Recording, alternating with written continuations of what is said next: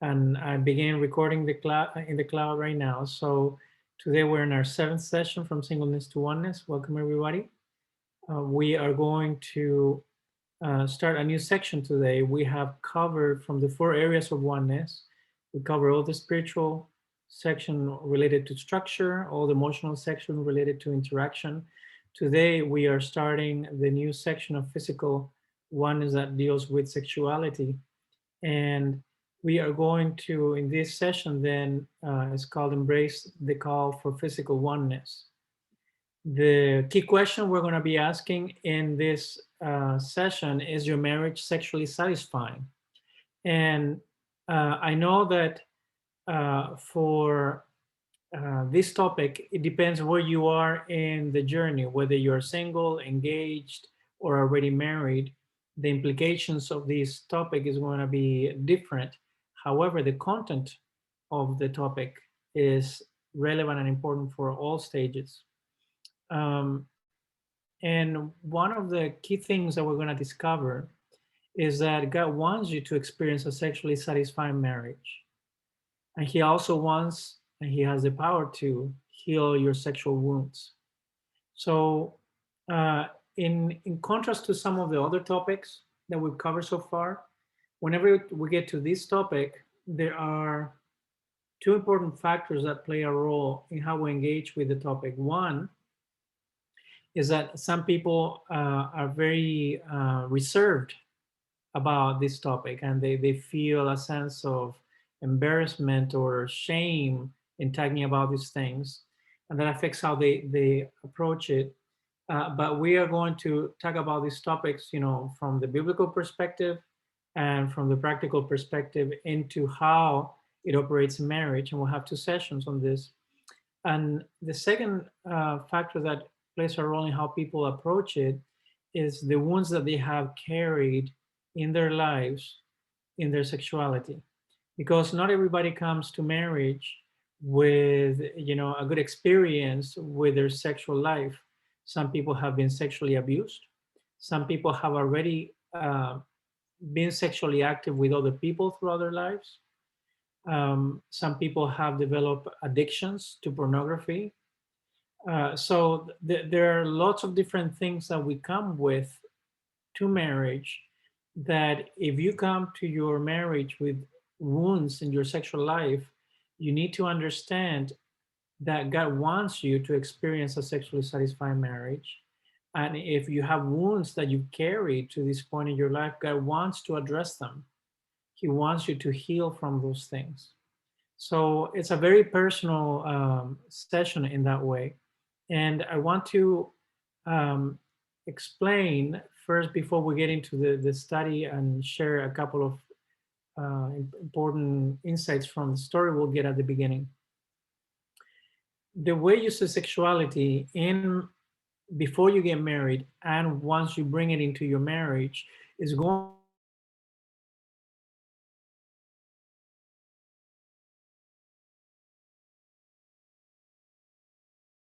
different. Oh, sorry, there. For some reason, we're muted. The way you see sexuality before you come to marriage and through your marriage is going to affect the way you experience either distance or closeness in the relationship. And many couples will start moving towards distance in their sexuality. That's a very common path that couples take. And we are going to start exploring why that happens. So let me take you a little bit through the content that we're going to do today, and you have the notes as well.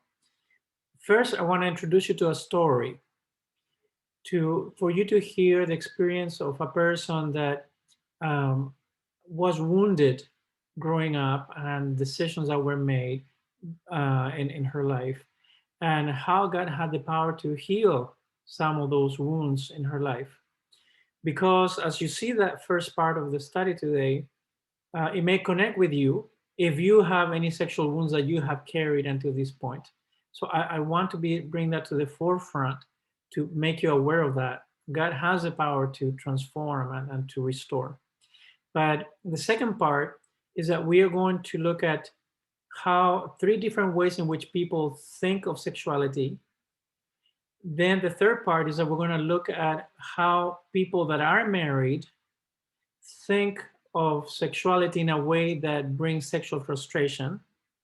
And then the fourth part, we're going to look at people with oneness that experience physical oneness in the marriage. What are the 10 convictions that shape the way they think and act in their marriage? So that's the flow that we're going to take us through. So let's start with the story. And I want to remind you that we have Right Now Media several resources on sexuality in marriage, as well as addictions and things like that, if you were in need to explore more of these things. So let me take you to this story from Annie Lobert. It's going to be very moving as you hear her story. So at the end of her story, we are going to talk about what are the insights that you gain from her, what it makes you think about. And then we'll get into the second part of the study. So here we go. Let me transfer the screen. We are gonna do right here.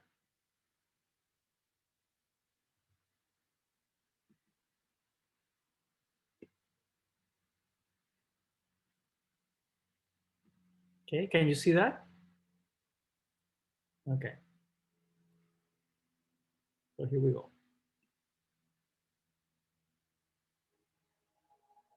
Little girl lost. Thought no one loved her. Thought no one wanted her. Ran away from her castle. She was embraced by the devil in his false love, and through that embracing became a different person, became the harlot, became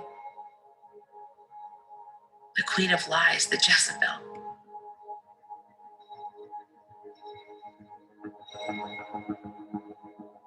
That's my life.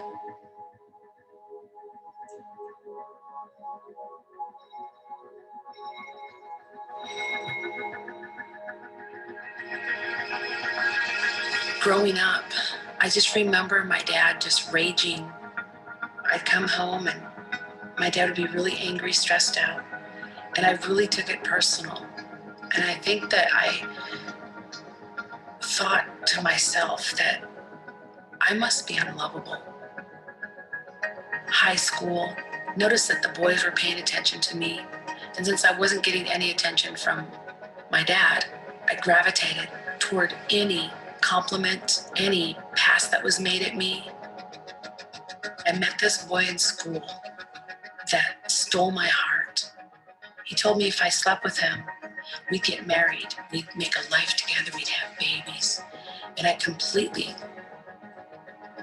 took my entire heart and gave it to this boy.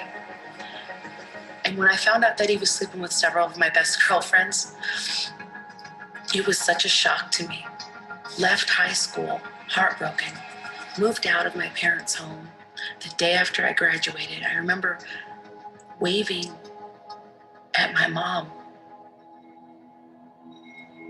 when I was 18 and my dad, and in the back of the car, knowing I'd never come back because I was done. I got out into the beautiful city of Minneapolis, tried to find a way to go to college, but I had to work 3 jobs to have my own place and buy a car. And I found like a new thing inside of me that if I had nice clothes, if I went out to the clubs, I could meet different men that liked me, and maybe I could meet a rich guy that would sweep me off my feet and take care of me like a prince would.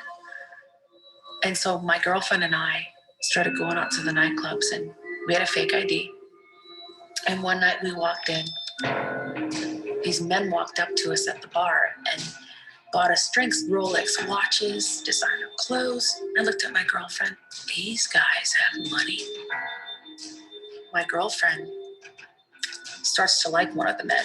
I told my girlfriend, get that guy's money.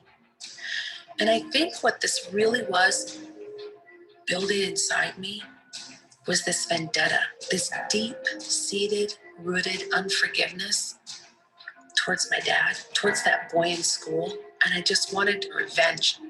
I was going to prove that I could make it in my life.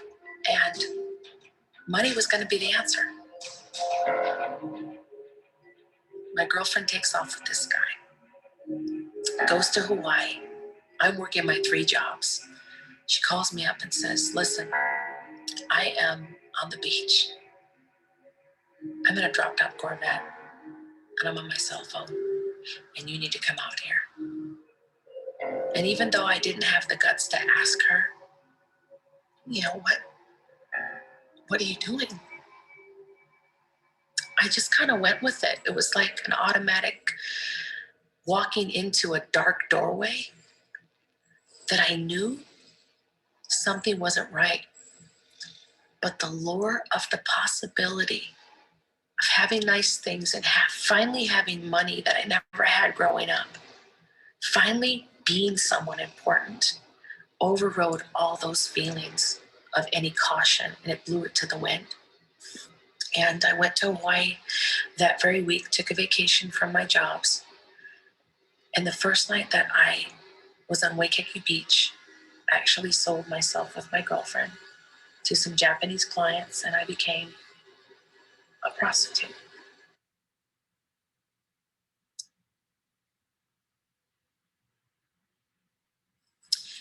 It's kind of like I had this ring that I put on and I couldn't take it off.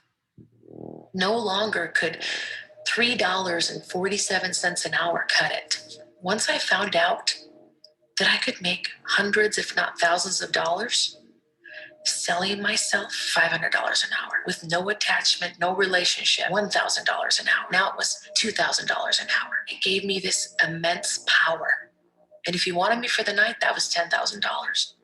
A few months later, I started dancing.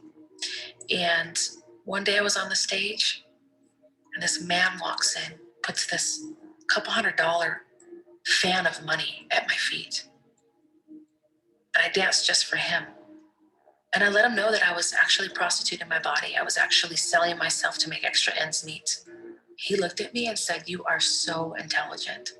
I really like you. In fact, I think I'm falling in love with you. He gave me everything that I needed to hear from my dad. And I decided that I wanted to move to Las Vegas.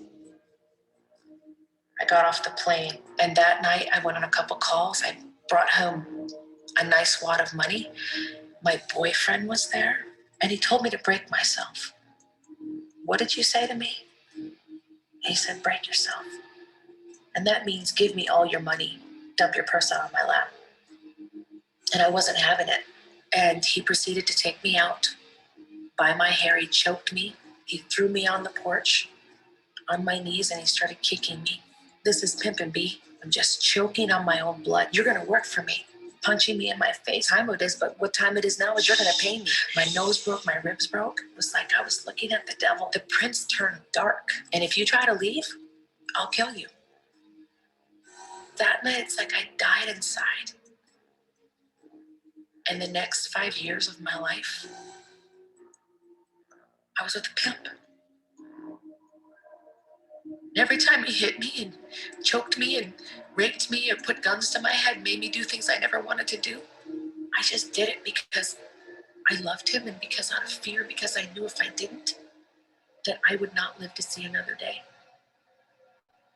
And even though I got away from him, everything you give, you leave. The money, the cars, the houses, all behind, because when you leave a pimp, you leave with nothing.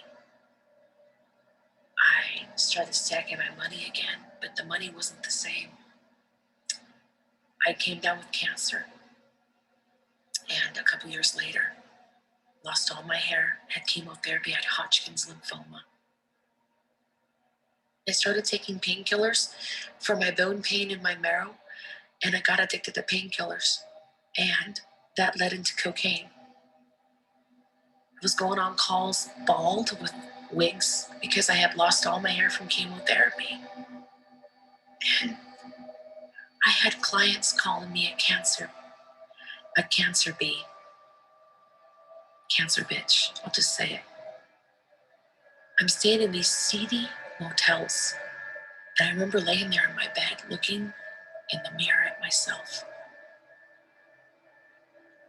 thinking that God was angry with me. I would get in the shower and I would scrub my body. And I would think, I'll never, ever be clean. I started freebasing cocaine.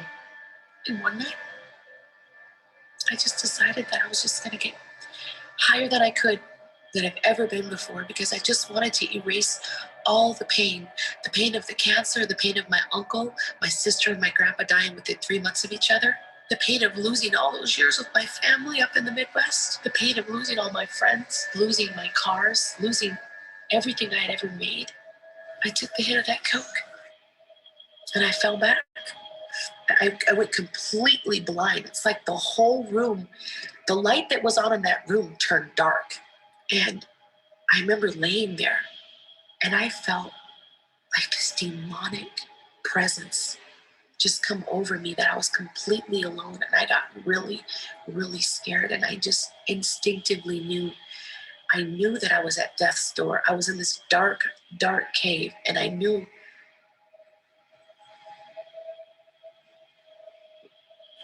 it was over. And I saw my family. I saw my funeral. And I was in the coffin. And everybody was crying and they were wiping their faces and they were saying, she was just a prostitute.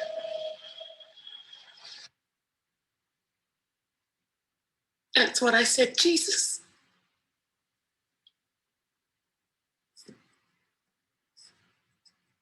please save me. I don't know if you're real, but I don't want to die. The ambulance came and the doctor came up to me and he grabbed my hand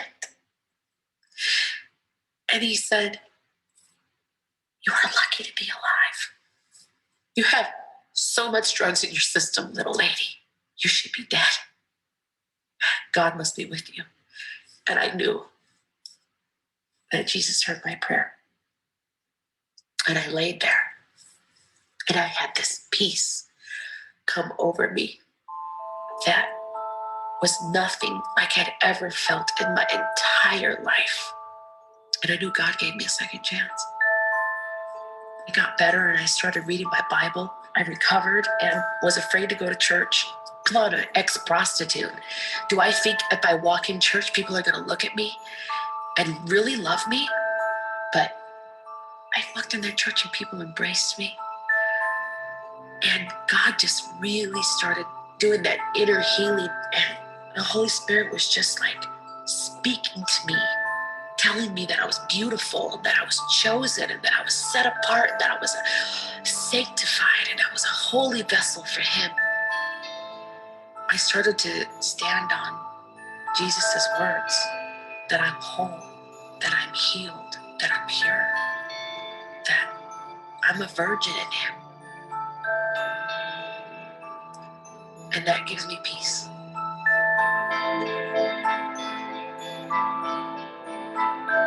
I remember I was vacuuming my house one day, and the Lord said to me, He said, Annie, I want you to go back down to that strip, and I want you to tell the girls that are in slavery that I love them. And so that's what I'm called to do.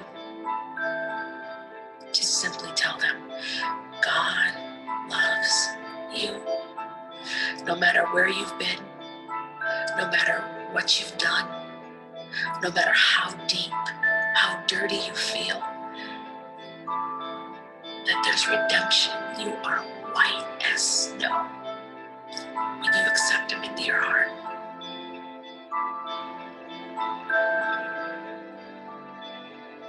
Little girl lost, thought no one loved her, thought no one wanted her, ran away, from her castle. But God met her on that dark road. He said, "You can come home now. I'm right here, and I never left you." Redemption, redeemed, set free. That's my life. His love.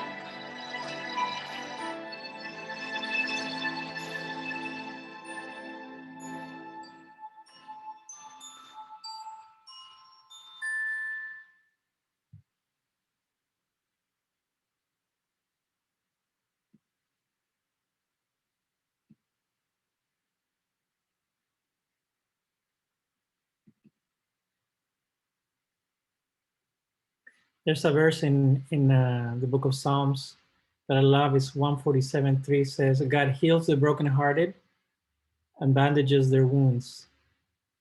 And that's what you get from her story, is that she started in the wrong path that led her farther than she ever imagined until she felt was completely lost.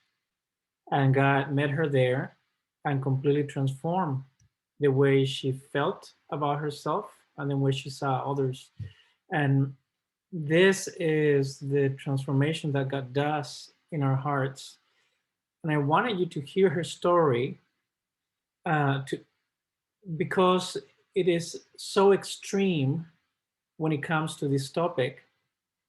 But precisely because it's so extreme, it gives you a picture of how God can help us change the way we think about sexuality and how He restores the way you feel about sexuality.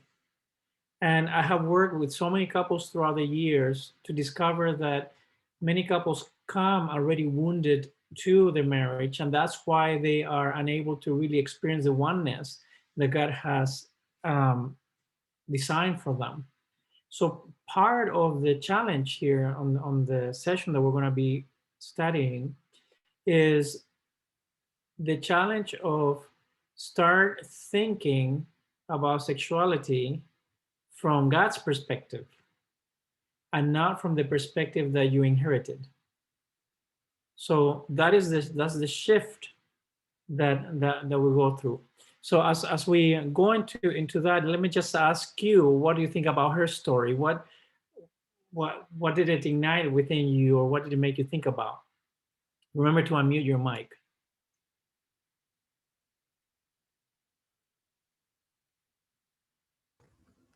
So hearing her story, it made me think about how slippery of a slope it is when you start off as a child or as a young adult having issues at home. Because I've seen similar stories and documentaries and things like that, testimonies from people, and I is from what I can recall right now, almost all of them start that way. Yeah. Is some kind of either abuse at home or neglect at home, and people seek refuge in, like in her case, men. And then that starts, and then you eventually get into the drugs and then the escorting and things like that. And so it's like from that start, the path gets really dark really fast, just like it did for her. Yeah. Yeah, and that's exactly how it works. You're right. It's whether it be the husband that is struggling with pornography and eventually the marriage ends, um, because ended up doing things that never imagined was going to end up doing. It always starts with something that seems manageable to realizing that you become managed by it. So yeah, that path is very, very common. Um, any other thought?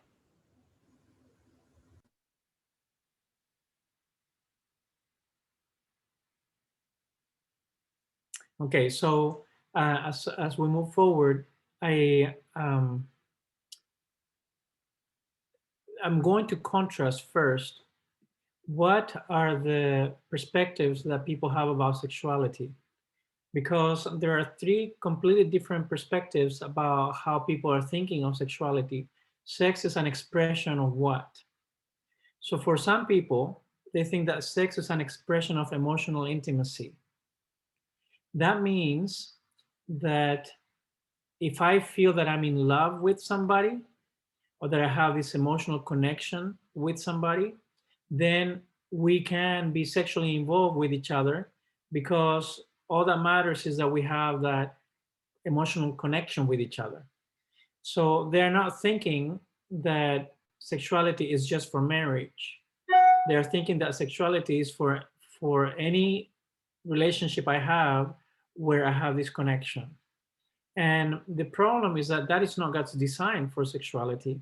Therefore, in that kind of behavior, the very sexual act may feel good, but it won't feel right. And that is the uh, truth of every behavior that is not according to God's design.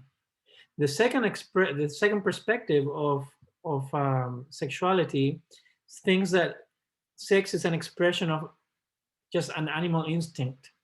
It's just you are a mammal, you have all these biological things going on in your system. So um, as long as you feel like it, it's legitimate. Just go ahead and do it.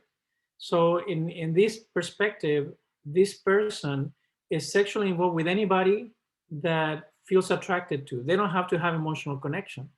The only thing they need to have is just that lustful desire. And whether it's one, two, three people, it doesn't matter. It's just legitimized because the sexual desire is there. So as long as there's consent, that's all that matters. And this kind of person, therefore, gets sexually involved throughout life with lots of different people, and the one night stands, and all these things that they're involved in, because they're thinking of sexuality as an expression of animal instinct. Again, this mindset, when they experience sexuality, it may feel good, but it does not feel right. And any expression of sexuality that is not according to God's design will have that duality. The experience itself may have good feelings, but at the same time it doesn't feel right. There's something about it that makes you feel wrong, and therefore it does not come with peace in it. The third perspective of sexuality is completely different, because it thinks of sexuality as an expression of oneness. And it takes this approach from the biblical perspective on sexuality, because it believes that God created sexuality, God created humans as sexual beings, but created the context for this expression to be between husband and wife within marriage, in a context that is determined by a loving relationship between husband and wife. So they do not see that sexuality is an expression to be expressed in any other context or with any other person except with the spouse. And this mentality, therefore, is completely different from the other two. And once you compare these three pictures, this is how people are going to come to the relationship, to the marriage, and this is the mindset that is going to dictate how is that they behave in the marriage. I remember that one of my let me say my paternal grandfather, he was a womanizer, and until he was in his early age, he just had so many different women in his life. So when he died, at his funeral, there were more than one woman crying at the at the funeral for him, because that's how he was, and that's how he lived all his marriage. So needless to say, he ended up divorcing and remarrying and divorcing, and because that's how he saw sexuality was an expression of lust, and that's it. And I do not know in what environment you grew up, what was the experience with your parents, or what was the teaching in the environment in which you grew up, but um, the perspective on sexuality is going to be shaped by all of these voices and influences in your life. And what we need to do in this stage of our lives, if we are going to experience oneness and sexual oneness, we need to change the way and identify the dysfunctional ways in which we've been thinking about sexuality, and then align ourselves with God's perspective. But now there's a problem, because once you contrast what the Bible says about these things and compare it to the way the world thinks about it, it's very different. In Hebrews chapter 13, verse 4, it says this, and perhaps where you are, even though you are muted, that's okay, read it out loud with me. It says, marriage should be honored by all, and the marriage bed kept pure, for God will judge the adulterer and all the sexually immoral. This is kind of like the framework of God's approach to sexuality. This verse tells us two things that I need to think about in my perspective about sex, and the reason for it. And what are the two things? It says I need to honor marriage, and I need to protect sexuality within marriage. And why? Because God, who designed sexuality and who designed marriage, created it just for that context. And therefore, he says he's going to judge any sexual immorality. So there's a sense of accountability. Now, I want you to put this in perspective. Remember when we talked about the structure for oneness, and we said that oneness was not just a covenant between a husband and wife, but husband and wife and God. And therefore, when it comes to sexuality, the way I practice my sexuality in marriage is not just between husband and wife, but it's also God in the picture. I am accountable to God. And that becomes the primary distinction between a person that has oneness and the person that doesn't. Because the person that doesn't is just thinking about themselves. But the person with oneness is thinking about accountability to God. Therefore, that accountability to God results in two things. It keeps me from doing things I shouldn't do, but also it propels me to do things that I should do. And that accountability towards God, thinking God is the designer of sexuality and he made me a sexual being and he created it to be expressed in marriage, then that is how I'm going to shape my mindset. Now, the world thinks differently about this. The popular opinion version, if I could call it, would read this verse and say this: marriage should be the last resort and the marriage bed be tested in advance to ensure that you're sexually compatible, because God says that as long as you love each other, everything will be okay. And that's how the world wants to think about sexuality, but that's not what God says. God says, I created it, and these are the boundaries for it. So we believe that sexuality is an expression of oneness. But here is the problem. You can have two couples that believe that sex is only for marriage and should not be practiced outside. And yet, one lives sexually frustrated while the other has sexual satisfaction. Why is it that works out that way? Well, because the fact that you believe that sexuality is only for marriage is only one part of the equation. That does not guarantee that your understanding of sexuality is going to lead you to sexual satisfaction and oneness in your relationship. So let me contrast these two couples that believe that sex should be only for marriage. And let me first show you the three common misconceptions that pave the path to this distance that eventually happens in the relationship and to this frustration that increases throughout the years. There are three mindsets that this couple has. One is that they think that sex is only to reproduce. In other words, they only become sexually involved with each other when the goal is to have a baby. And because that's the way they think, then they do not get engaged in any other way sexually with each other throughout their marriage. Needless to say, this couple lives lots of frustration and also perhaps has lots of children. But imagine this couple, the only time they're sexually involved with each other is when there's a pregnancy planned. And they've been married for 40 years. They only had, 3 kids, and that's it. That couple will live sexually frustrated all of their marriage because that is not God's design. The second attitude is when the couple thinks that we're only sexually involved when I'm in the mood.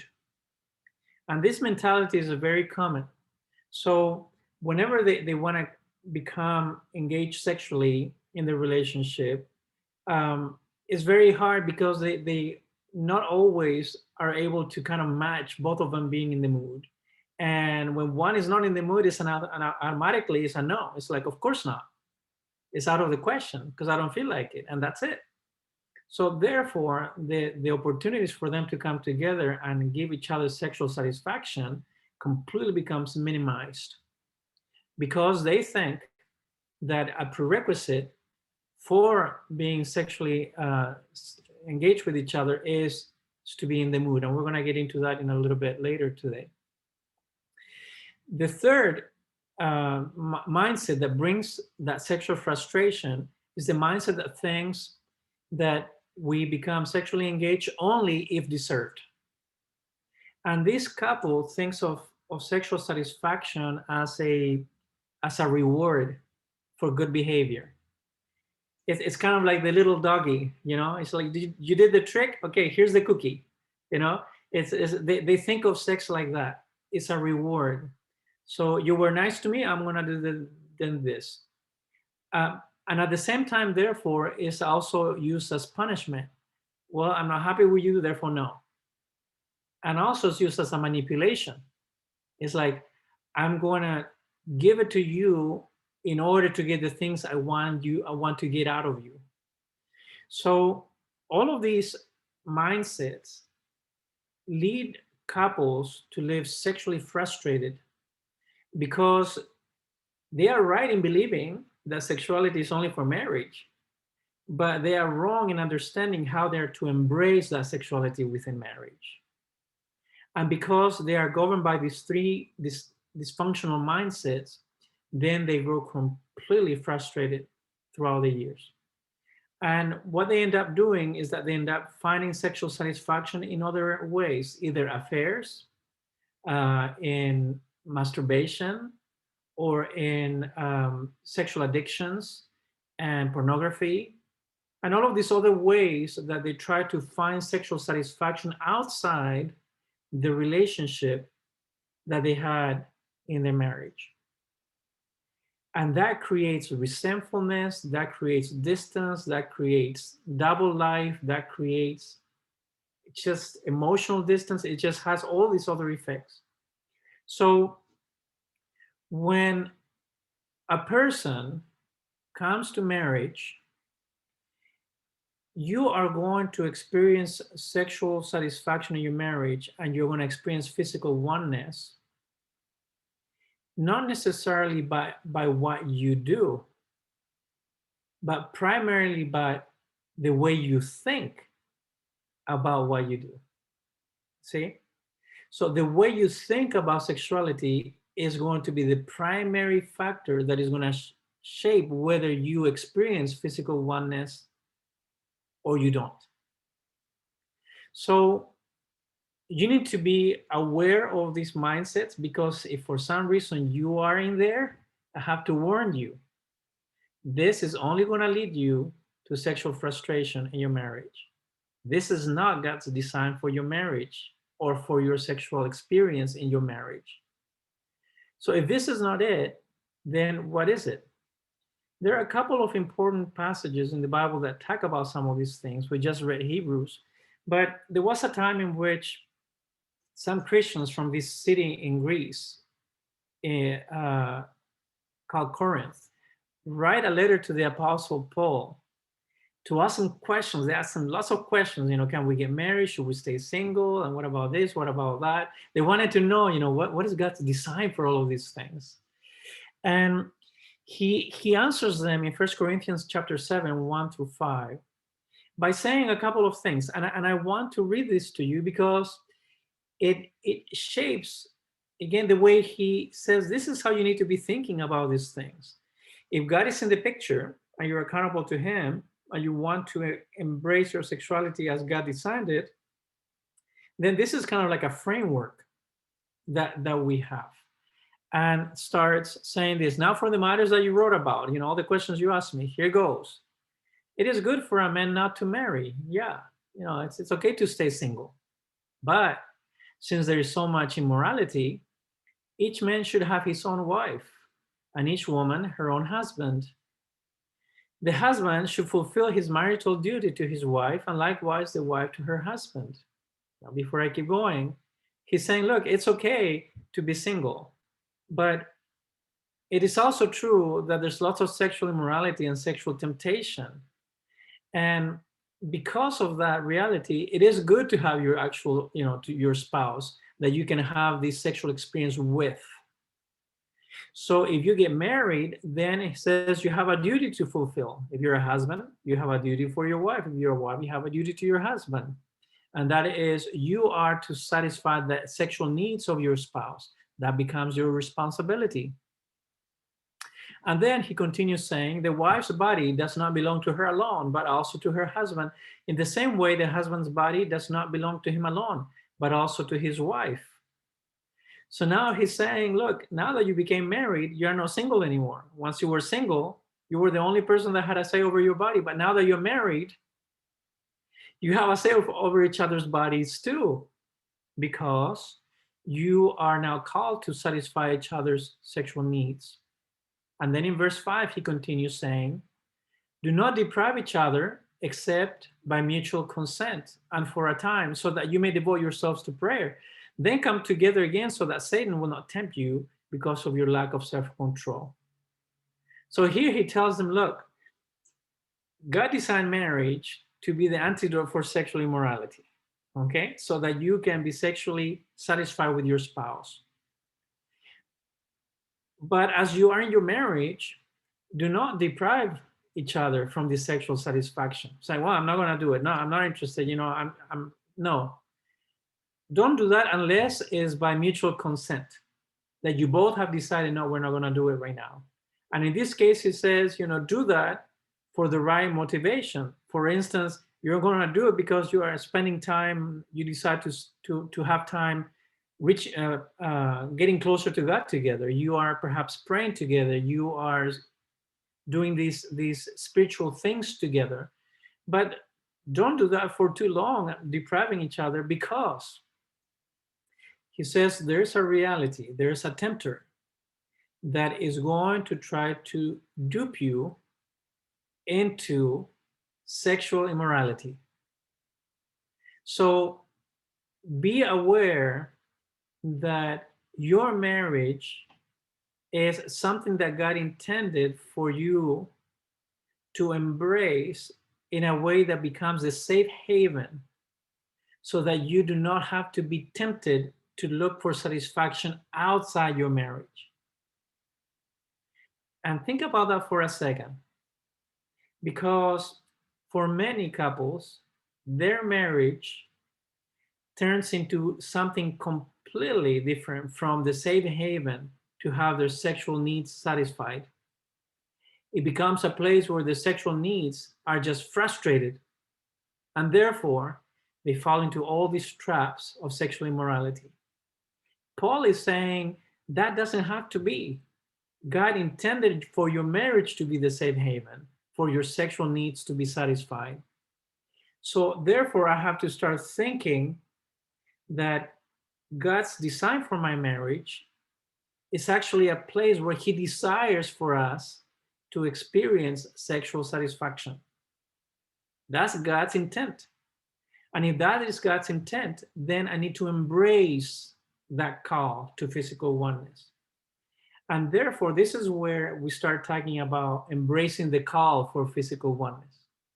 Because when you understand that your marriage is a covenant between you, your spouse, and God, now God is the one that is telling you as a husband and you as a wife, this marriage is designed with the intent that you can satisfy each other's needs, including your sexual needs, so that it becomes a safe haven for your sexual expression. So you don't have to go anywhere else and look for anywhere else, because everywhere else is going to be enslaving and is going to be negative for your life. So we embrace that call for physical oneness as something that God is calling me to embrace in my spouse's life. That's suddenly the mindset that we acquire in oneness. So let's do a little review.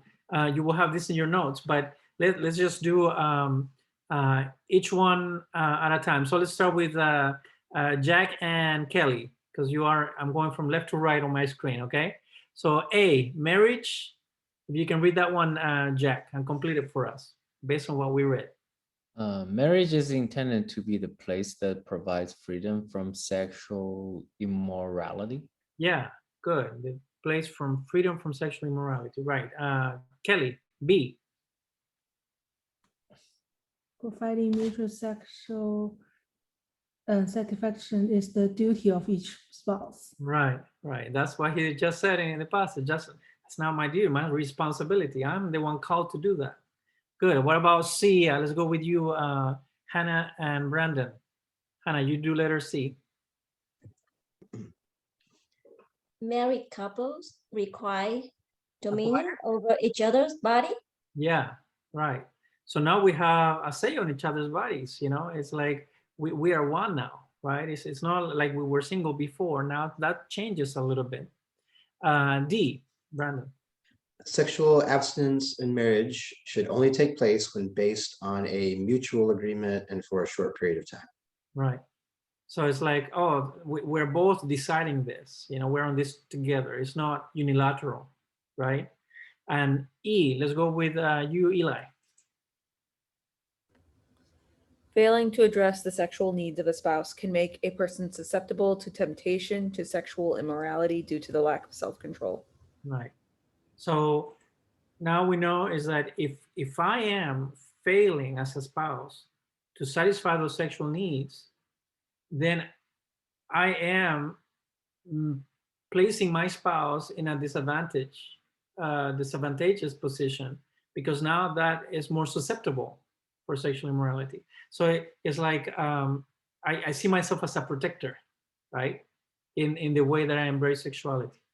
I'm coming alongside you to ensure that you are not going to be in a position of negligence where then you become unnecessarily duped into these other things. Okay, so this is just a summary of what Paul just said in Corinthians. So you see how the mindset, the framework he gives us is completely different from the initial mindsets that we saw about sexuality being an expression of emotional intimacy only, or an expression of animal instinct. But this is truly an expression of oneness with a specific purpose. So if this is the case, then I'm going to then bring that mindset, that framework, into these 10 convictions that characterize a couple that experiences sexual satisfaction in their marriage because they are thinking with the framework that God provided. What are those 10 convictions? And how do they contrast with a couple that does not have sexual oneness? Okay, so here we go. We'll start with the first one. The first conviction is that sex is godly. This is a good thing. I like to say it's holy sex.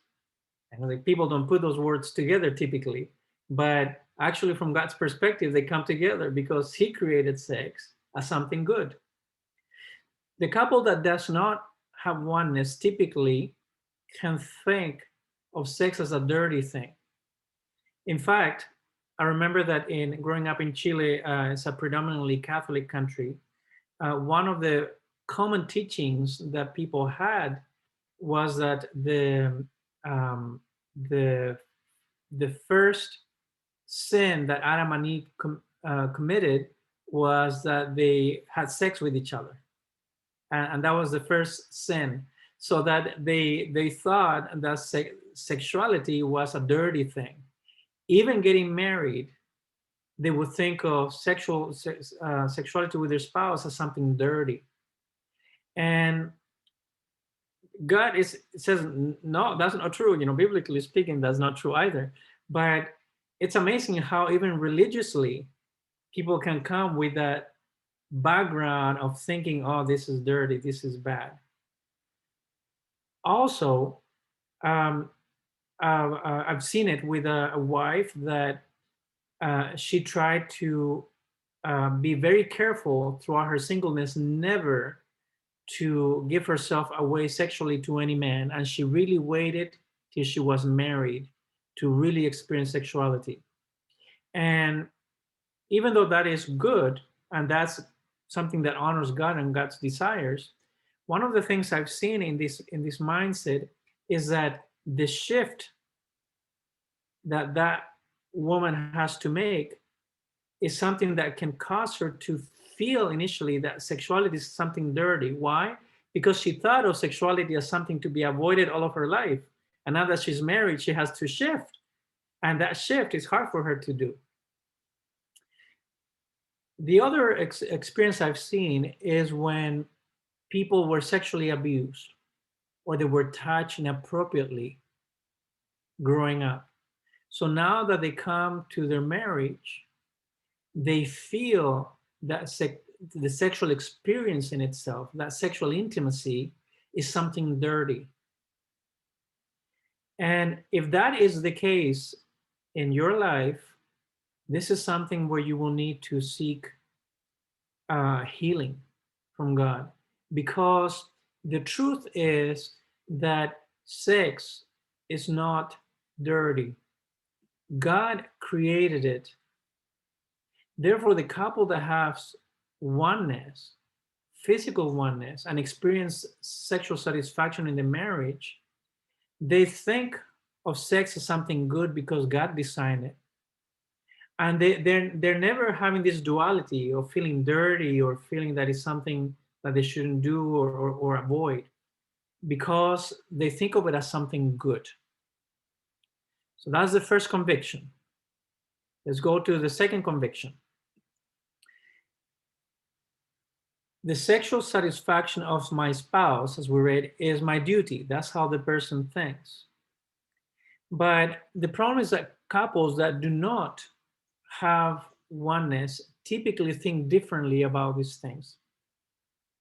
They think that I can ignore my spouse's sexual needs. It's like, it's up to me if I want it or not, and if I don't want it, then it's not, and that's it. I don't care about the other person's desires or needs.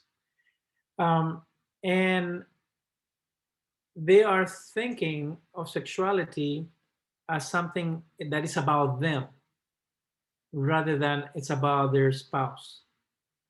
And therefore, they are very easily neglecting the responsibility that God gave them. In contrast, the couple that has oneness thinks satisfying my spouse's sexual needs is my responsibility. And think about it this way. You know, the negative and the positive, if you look at it from both sides, look at it from the negative, or I shouldn't say the negative in a way that is like, oh, this is a bad thing, as it is on the what is not, okay? When people are thinking about sexual behaviors outside marriage and pursuing sexual relationships with a person that is not your spouse, that is obviously like, no, I would never accept that. That's wrong. And you're right in saying that's wrong. But at the same time, the other side of that is that there's only one person in the entire world that has the privilege and the responsibility to satisfy those sexual needs. And who is that? me as the spouse. So if I am called to do that, I should feel as determined to pursue that as much as I feel determined to say that adultery is wrong. See, the sense of realization that this is my, from all the people in the world, I am the one called to do this. There's that sense of responsibility that the person carries. And it's not a responsibility as a burden as it is a responsibility as, oh, I'm the one that gets to do this. It's a privilege. The next one is that I think if I have oneness as the sexual needs of my spouse as a need. Those are sexual needs that my spouse has. In contrast, the couple without oneness thinks of sexual needs as a desire rather than a need. And because they think of it simply as a desire, then they think that they can ignore it. Let me put it this way. Imagine that one evening you decide that you want to spend the evening together, you want to do something. So you say, hey, why don't we watch a movie? So I said, sure, we'll watch a movie. Okay. So you are going to rent a movie, you start searching for options, and in the middle of it, you say, you know what? Actually, I don't feel like a movie. What if we instead, let's just go out and eat something? Would it be a big deal to change those plans? Would you say? No. You say, yeah, that's of course, you know. Why? Because you're dealing with a need or with a desire. What are you dealing with? It's a desire, you see? It's simply like, yeah, I mean, I would like to watch the movie, but I don't need to watch a movie, you see? But let's change the scenario. Imagine that you haven't eaten the whole day and you are super hungry and you agree that you're going to go and eat that evening. So you come together and say, okay, let's go and eat. And your spouse says, you know, actually, let's not go and eat. Let's watch a movie instead. Now, will that shift work okay? Or you would say, no. I need to eat. What would you do? Go to the movie, what's called? With the food. With the restaurant, right? Yeah, with the restaurant. So is the first example different from the second one, or are exactly the same response? It's different. It's a need. It becomes a need because hunger. So what makes it a need?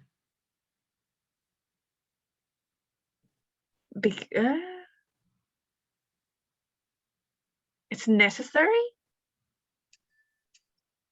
Right? But what makes it necessary? Hannah, you were going to say something? Because of the body system needed it. Right. It's a biological thing, right? The body needs it. It's a whole biological mechanism. It's not like wanting to watch a movie, you say? It's not a desire. It's a need. And when it comes to sexuality, we also think of sexuality as a need. It is a physiological need. I must address it. When the person says, I would like to make love to you, or why don't we make love today? The person is not talking about, can we watch a movie? It's not just a desire. This is driven by physiological mechanisms in your body that are taking you through different cycles, and you feel the need for it. And other times you don't feel the need for it, just like you're hungry or you're not hungry. So if you're hungry and I say, no, let's not go eat, let's just stay here and watch a movie, You have all the right to be frustrated with me because I'm not being considerate. I'm treating your need to eat as a wish. And when I do the same thing as a spouse with the sexual needs of my spouse, then my spouse has all the rights to be frustrated with me because I'm treating a need as if it was just a desire. So this is a big difference between these two couples. The couple that thinks it's a desire, of course, I can ignore it anytime I want. If I'm not in the mood, doesn't matter. If it's just they treat it completely like as something that is optional. The couple that has the understanding of oneness sees it as a need that I need to address, and therefore is not an option. I want to do it. The fourth conviction is that we understand sexuality in marriage to be holistic. What does that mean? Well, let's see what the couple that doesn't have oneness thinks of it.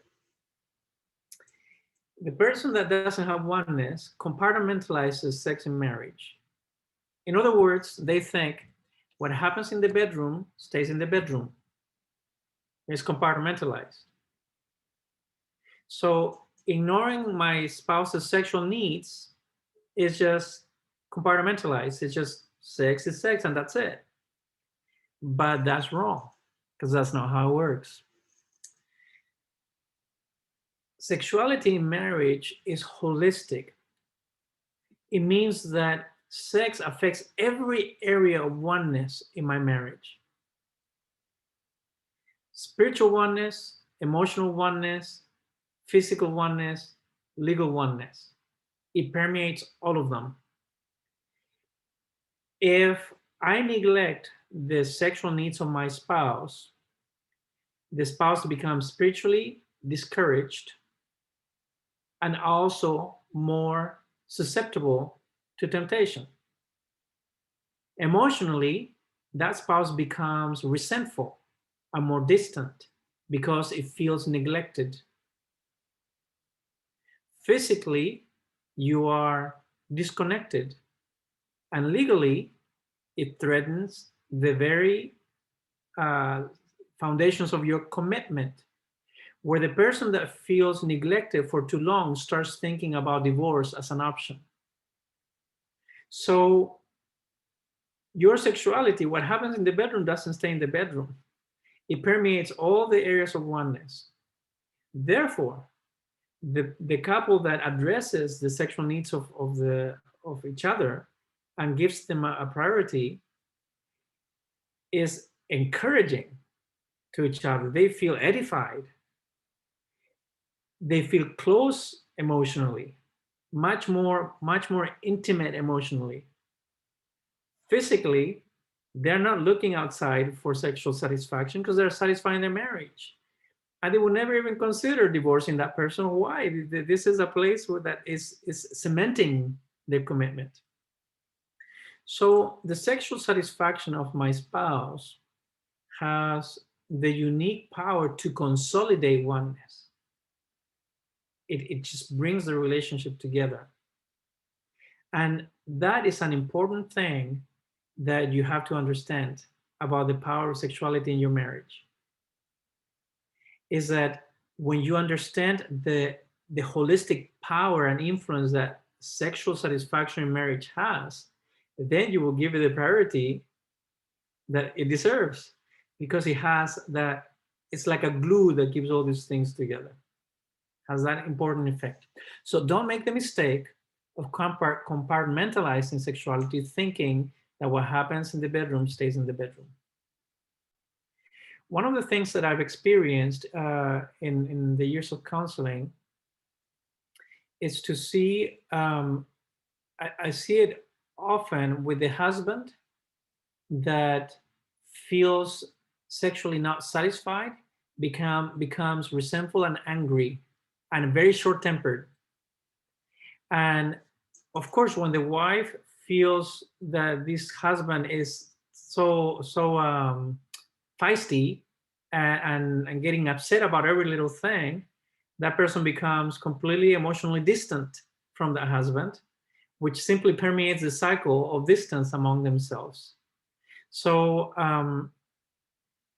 chances are, if your spouse is being very easily angry about stuff, is that there's resentfulness that is building in there. And you can make the equation: if you have not been sexually intimate with each other for a while, chances are that that may be part of the root of the resentfulness. So think about that as you are experiencing this part of your relationship. The fifth conviction is that sexuality, it is experienced differently by each one of the spouses. Why is this an important conviction? Well, because the couple without oneness thinks that my sexual experience is the standard. In other words, if I'm a husband, I think that the way I experience sexuality is the way my wife does or should experience sexuality, or the other way around. If I'm a wife, I think that the way I experience sexuality is the way that my husband should or does experience sexuality. And that's a big mistake.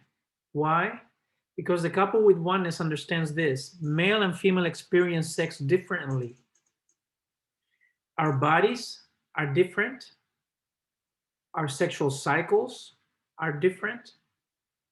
The way our bodies build towards reaching orgasm is different. The way orgasm is experienced is differently. And the effects after orgasm experience is different. All the whole package is a different thing. And because that is true, then the spouse with this understanding has a very intentional approach to this aspect. And that is that I understand my body, not only my body and my cycles, but I understand my spouse's. I understand my spouse's body. I can name the sexual parts. I know what their functions are. I know what leads the person to reach orgasm and what are the things that work, that do not work. So there's a whole aspect of getting educated about the physiology of your spouse's body. Why does this conviction matter? Because when this understanding is not there, many couples, this is like a taboo. They have no idea, especially if they grew up in an environment where sexuality was never talked about. They have no idea about the sexual body and the sexual functions of their spouse. Therefore, their ability to satisfy is completely nulled. So the husband that does not lead a wife to orgasm because he reaches it first and thinks that the wife is taking too long is just ignorant. Or the wife that is getting frustrated because she says, well, you know, my husband wants too much sex. It's like, you don't understand his sexual cycles. All of these different things have to do with your understanding of the physiology of your spouse's sexual experience. So if you don't have that understanding, this is something that you have to give priority to. So let me ask you a couple of questions. Can you name the sexual parts of your own body? Can you name the sexual parts of your spouse's body? Do you understand what the cycles are, what the functions are? There are husbands that do not know how the menstrual cycle functions, and they enter into the relationship completely blinded. As a husband, do you know what the menstrual cycles are for your wife and how they operate, and how their hormonal cycles are affected? Do you understand that? If you don't, then you have homework to do. You see, this is something where a couple with oneness do not leave it to ignorance. We understand that our bodies are different and we experience sexuality different. Therefore, I'm going to make sure that I take the time to understand how your body works, not just mine. Next one. The conviction is that sexual satisfaction in marriage is a selfless act. The couple that does not have this conviction, they think that sexuality is something that they can demand. It's like, well, you are my spouse. God says you're responsible for this, and you are not doing it, and I'm upset with you. And then they have an attitude of demand. Big mistake. Because sexuality is not something to be demanded, it's something to be given. Why? Because it is based on love. It's not based on selfishness. And love has a very unique way it functions. Love puts the needs of the other person before their own. You see? It does not demand my needs as a priority.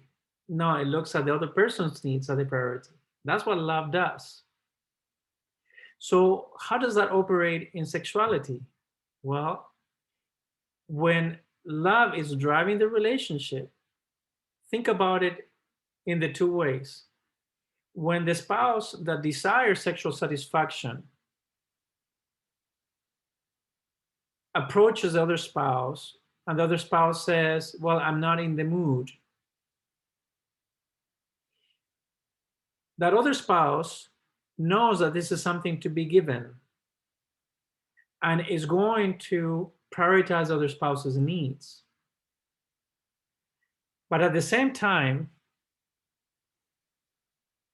the spouse that has the desire, when the other doesn't, is quick to understand what the context is. If the other person is sick, is tired, did not have a good day, is feeling not well, has a headache, you immediately put the person's needs in front of yours. So you're not going to be pursuing something sexual with your spouse when you know your spouse is feeling that way. You see, it's almost the balance between knowing or giving and taking. Because when we think of sexuality, we think of it as something that is given, not something that is demanded, because it's not based on selfishness, it's based on love. Let's go to the next one. Number 7. Sexuality is an art to be mastered, not a performance to be judged. I remember that one of the counselors that works with couples in premarital counseling for sexual training, he gives them a violin and says, I want you to play this violin. And the people take the violin, they've never taken one, it's the first time, and they say, well, I do not know how to play it. And this is exactly the same thing that you have to learn in your marriage. Sexuality in marriage is something you will have to learn. And to learn it, you will have to practice it. And to practice it, you will have to remember that this is an art to be mastered. So you don't come to your marriage being an expert in sexuality and the sexual satisfaction of your spouse, even if you had been sexually active before being married with other people, because you do not know your spouse's body and the way that your spouse functions. Therefore, the couple that doesn't understand this often faces this lack of expertise, the learning curve that comes with the marriage. They get upset when sex doesn't work as expected. And, well, it was more painful, says the wife. It was more painful than what I thought it was going to be. It hurts.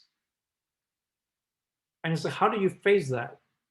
if you're going to be, for those of you that are newlyweds, or for those of you that are going to get married, one of the things that you have to understand about your sexual intercourse is that you are bringing muscles of your body that you are not used to using into the intercourse, because the opening of your vagina as a woman is a muscle that you control, and the penis is also it's a muscle that needs to be controlled as well. So one of the initial struggles that couples at the beginning have is the expansion of those muscles. So when you talk to the doctors, they're going to tell you, well, you need to learn to control those muscles. And you need to learn to relax them. You need to learn to tighten them. You need to learn to feel how you control those muscles. And the other funny thing they're going to tell you is that if it hurts, then you need to practice it more. Because the opening, the body, your body is going to start getting used to the expansion. Is, again, remember, it's a muscle. So rather than telling you, well, don't do it because it hurts, they're going to tell you you need to practice more, because the more you practice, then eventually your body will get used to it and it won't hurt anymore. Do you know any of these things before you get married and are sexually involved with your spouse? No, you don't, because you do not know your body. You do not know how they are going to react. But then the other frustration that couples have, that is very common too, is that the husband reaches orgasm before the wife.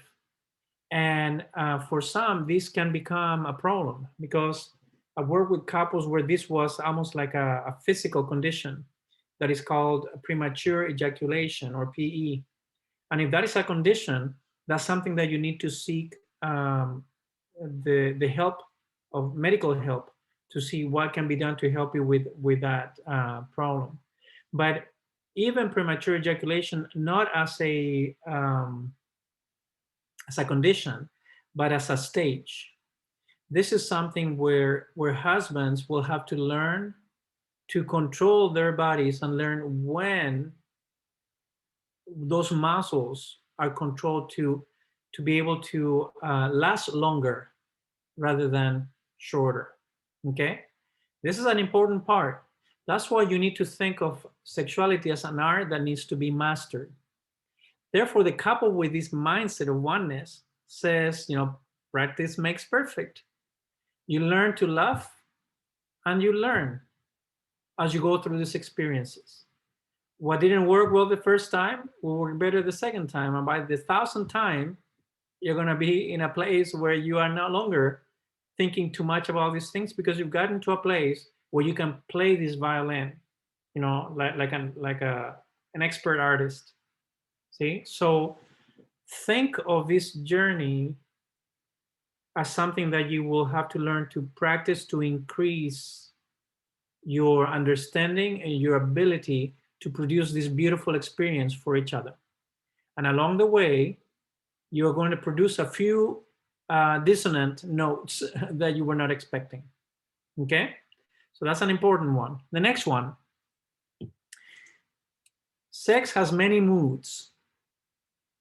And this is a very different also perspective between these two couples. The couple that lacks oneness thinks only when I'm in the mood. So if I don't feel like it, then it's a no. That's a big mistake, because sexuality has 3 moods, and the couple in oneness understands those 3 moods, and they take those 3 moods as an opportunity to strengthen their oneness through their sexual practice. So what are those 3 moods? Sometimes only one is in the mood. Sometimes both of them are in the mood. And sometimes neither one of them are in the mood. Which one of those 3 are good opportunities for you to become sexually involved with each other? Which one of those 3? The answer is all 3. Okay? When both of you are in the mood, that's the ideal. It's like, oh, you know, we're both in the mood. Yeah, let's go for it. But when only one is in the mood, the problem is that that person is thinking, because I don't feel like it, I won't feel like it. And that's a mistake, you see? You may not be in the mood as you start, but then you get into the mood and then you enjoy it. When both of you are not in the mood, sometimes you've been tired, you've been busy, it's been several weeks, you feel like you are kind of disconnected with each other. You need to kind of like rekindle that connection, and you say, you know what, let's just make love tonight because we need it. I know we're tired, but let's just do it. And you know what happens? You're glad you did it because it rekindles that connection. So do not think that not being in the mood is a reason not to pursue this sexual interaction with your spouse. Understand that these three moods have the equal power to strengthen your relationship. Because remember, sex is not compartmentalized, it's holistic. So every time you embrace it out of love for each other, it has the power to strengthen your oneness in all the areas, right? So the three moods, sometimes I'm in the mood, sometimes both of us are in the mood, sometimes none of us are in the mood. And all three are good opportunities to be sexually involved with each other. Number 9, sexuality welcomes creativity. The couple that is not experiencing oneness thinks intercourse or nothing, as if the only way to provide sexual satisfaction for each other is through intercourse. And of course, when there's the risk of pregnancy or other factors that you don't want to have intercourse, that does not mean that you cannot have sexual satisfaction or sexual pleasure. And that's why the couple with oneness understand that sexual pleasure does not require intercourse. There are many other ways in which we can give each other sexual pleasure that are not equivalent to intercourse. You can take showers together. You can give body massage to each other. There's so many things that you can do that can just bring that sense of being a blessing to each other. So feel the freedom to be creative in how you are giving each other that sexual pleasure, as long as you're doing it within the boundaries of what you feel comfortable with. And if there's anything that you do not feel comfortable with, you need to say it. Because if it is not comfortable, then it's not going to be edifying for you. So set those clear boundaries from the beginning and talk freely about these things. If you are not able to speak freely to your spouse about how you feel about these things, or what brings you pleasure, or what doesn't bring you pleasure, then this is an area in which you will have to grow in learning to communicate it, because you have to learn to communicate these things with each other. Next one is that sexual satisfaction in marriage is a flexible thing. What does that mean? Well, the couple without oneness thinks it has to be spontaneous or nothing. And the problem is that the times that this is spontaneous are actually fewer and fewer as you grow in your marriage and you have more responsibilities, and then the kids come, and all these things. Your daily routines change at different stages of life. A couple with oneness instead understands that sexual pleasure can be both spontaneous or scheduled. And the fact that it's something scheduled doesn't mean that it's not going to be good. If you're both working and you have those weeks that are just like crazy and you're stressed out and all these things, you look at your calendar, you say, let's have some time together, this day at that time. Or, we have the kids at home, we cannot do, why don't we go and take some days away with each other? There are so many things that you can do that you plan in advance. and planning in advance is not necessarily going to kill the sexual experience that you are going to create with each other. So do not make the mistake of thinking that unless it's spontaneous, it's not going to be good. Sometimes you plan it, sometimes you don't. And both are good opportunities, good context for this experience to be given to each other. So as you see these 10 convictions, these 10 convictions shape the way the couple with oneness thinks about sexuality. And they can be summarized in these words. I'm going to make sure that I'm going to satisfy my spouse's sexual needs. Because when I give priority to my spouse's needs, then our marriage becomes edified. And when my spouse does the same towards me, that feeling is mutual, that is edifying. So this is the attitude behind these 10 convictions, you see? So you have a true and false in your notes that I would like to conclude with as we finish this section, okay? So let's take a look at those notes, and I have it here, true and false. So I'm gonna read them out loud, and you will have to mark them on your sheet just to see how they are. Okay, first one, I am sexually satisfied in my marriage. Oh, that's a good one, right? Are you? Next one, I think that marital sex should only be practiced for reproduction. Only to have babies, and that's it. I think that marital sex should only be practiced when I'm in the mood.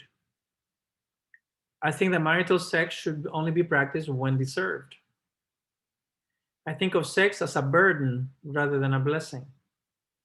I think of the sexual satisfaction of my spouse as an option rather than as my duty or responsibility. I think of the sexual satisfaction of my spouse as a want rather than a need. I have compartmentalized my sexual life, not realizing its repercussions in the spiritual and emotional dimensions of our marriage. I can describe the form, function, and cycles of my own reproductive organs. I can describe the form, function, and cycles of my spouse's reproductive organs. I know what causes me to experience sexual pleasure. I know what causes my spouse to experience sexual pleasure. I know how my spouse's sexual experience differs from mine. I know what is the frequency of sexual interaction that I need. I know what is the frequency of sexual interaction that my spouse needs. Next section here. My spouse and I openly talk about our sexual needs and desires. I am willing to sexually satisfy my spouse even if I'm not in the mood. I put my sexual desires aside when I see that my spouse has other needs. Sometimes I demand sex from my spouse. I often wait for my spouse to take the initiative if we are to be sexually involved with each other. I normally get frustrated or upset if our sexual interaction did not go as expected. I face the unexpected challenges of our sexual interaction with a positive attitude. Our sexual interaction has improved with time. Next one. I have embraced the 3 moods of sexual interaction in marriage, having a willing attitude to satisfy my spouse's sexual needs, whether I am in the mood or not. I expect every sexual interaction with my spouse to be sexual intercourse. When intercourse is not desired, I implement creative ways to satisfy the sexual needs of my spouse. And the last section, every sexual interaction with my spouse has to be spontaneous. Every sexual interaction with my spouse has to be planned in advance. I have a flexible attitude. Our sexual interaction could be planned or spontaneous. I aim to be the best lover my spouse can have. And I think that's the summary at the end of the whole session. I can definitely be a better lover to my spouse. I wish my spouse could be more interested in my sexual needs. Sometimes I masturbate if my sexual needs are not met in my marriage. Sometimes I look at pornography if my sexual needs are not met in my marriage. Sometimes I have affairs if my sexual needs are not met in my marriage. And that's it. That's all the true and false. Okay? As you can see, these true and false are very straightforward and also very revealing, because the goal is that as you go through that true and false and you get to the last page of your notes, that now you can go back to that and discern, okay, what are the areas that are dysfunctional in the way that you think or behave in the sexual life of your marriage. So as you're able to identify these things, you will be able to pinpoint exactly what were the challenges that you were facing, and how then to address them. Now, the notes that I provided you with have all this content that I talked about, very clearly written. But I want to remind you again that if you have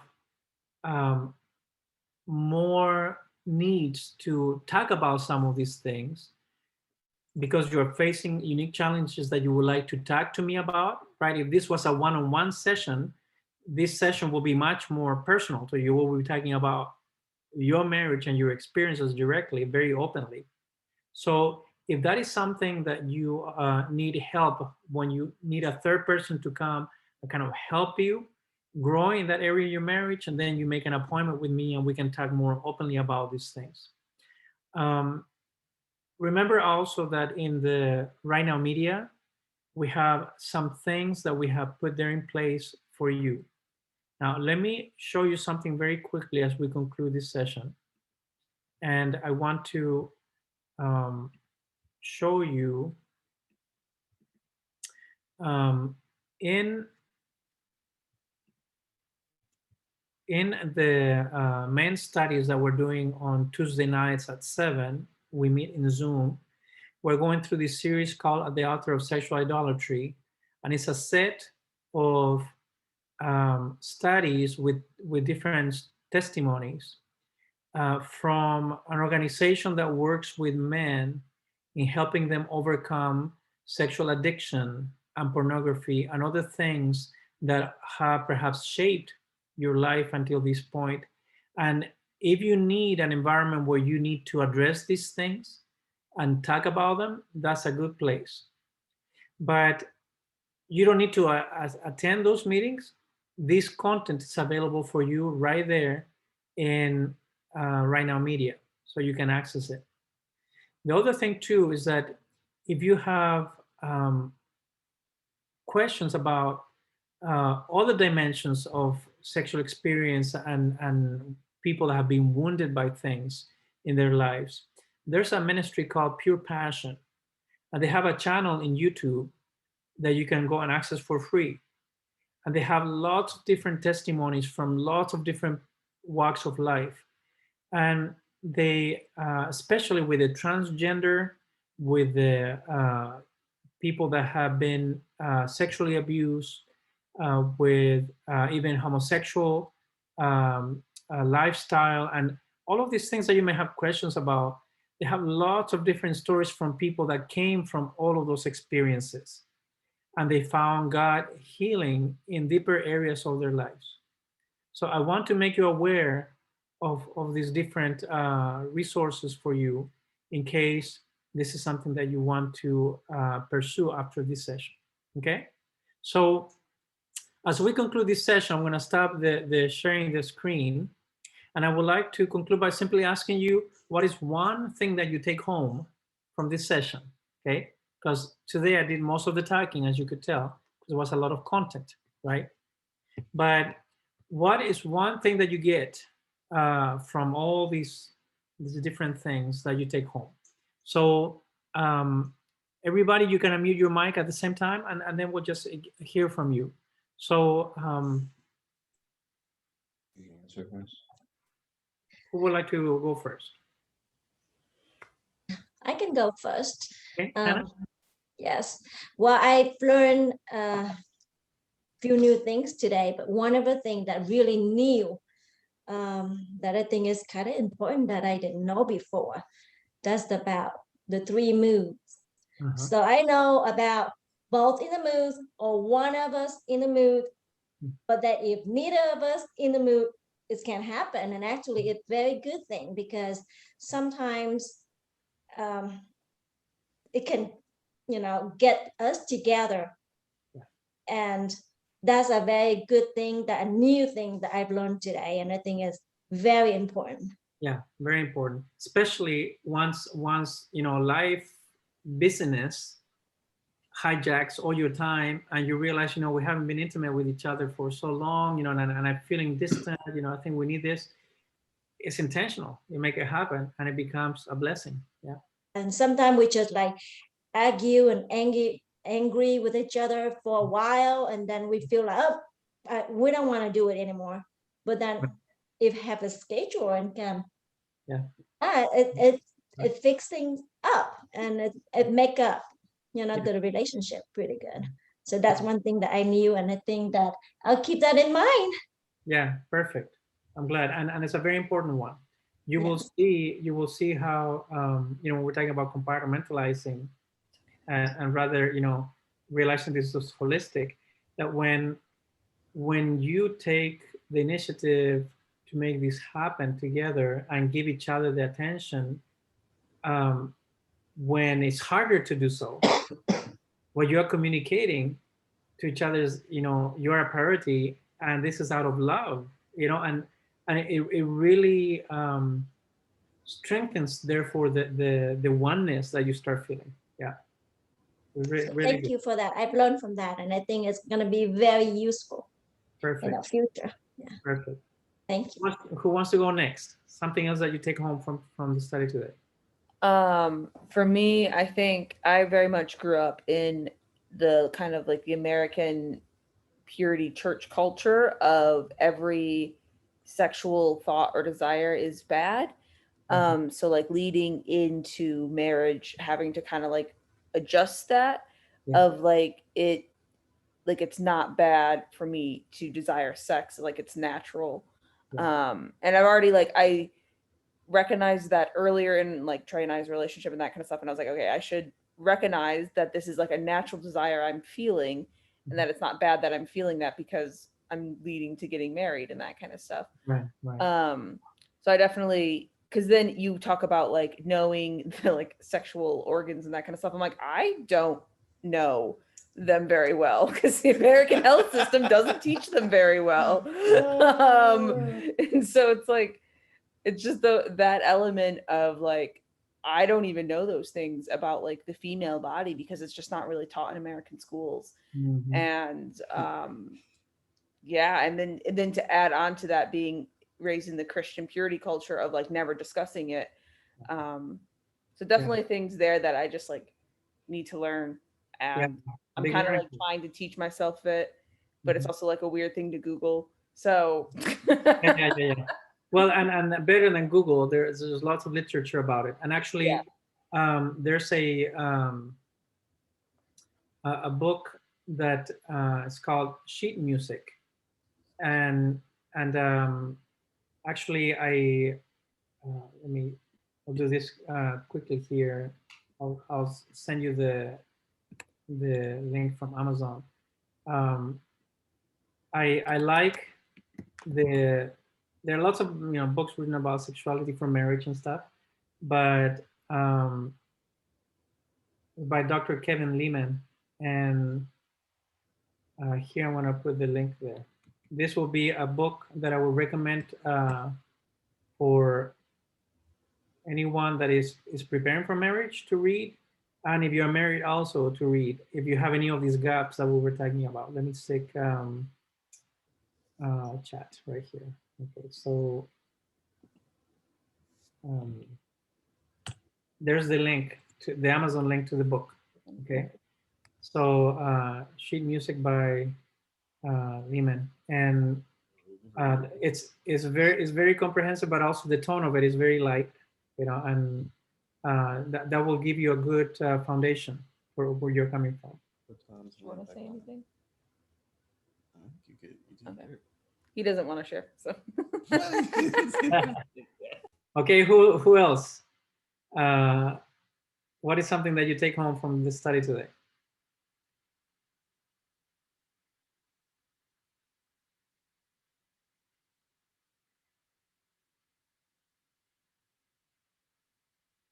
I think first I want to apologize because Jack is very tired. Yeah. He's on Zoom calls all day today, so Yeah. cannot. Yeah, so he's Zoomed out. Yeah. he's zoomed out, but he's supposed to work a little bit tonight too. But I don't know how he can even do that. Yeah. So I just overall, I think growing up from a Chinese background, like we're very, very conservative, like never heard like parents, like nobody talk about sex. So I think the first thing when you said about like sex is not like a dirty thing to talk about, because that's kind of the mindset growing up for everybody. No one talks about it. So just I think it's just, and also a perspective, like always thinking like, oh, and when you get older, you're supposed to get married and you're gonna have a kid. So that's always, the all the like people expectations. So it's just, I think a lot of things may not happen at the time, or may not go as, I would say, go as planned, or even, I don't know. I just feel like the culture that we grow up, there's a lot of expectations, and also like you are not allowed to have like boyfriend, girlfriend until like college. After college, you're supposed to get married right away. So it's just a lot of like culture things behind it. Just and like growing up, we all don't have too much like education on it. So it's like a new world to us, a new concept, and you cannot even talk to with your parents. So it's good to have everything in and compiled. So Yeah, and the challenge then is that, yeah, where do people turn to learn about these things? Then it's like they turn to the internet, and there's so much misguided information and unhealthy stuff. And then because remember we said it's not so much what you do, but how you think about what you're doing. That how you think about sex really is the shift that needs to happen, right? And that's why I remember that one of the last sessions I had to work with a couple.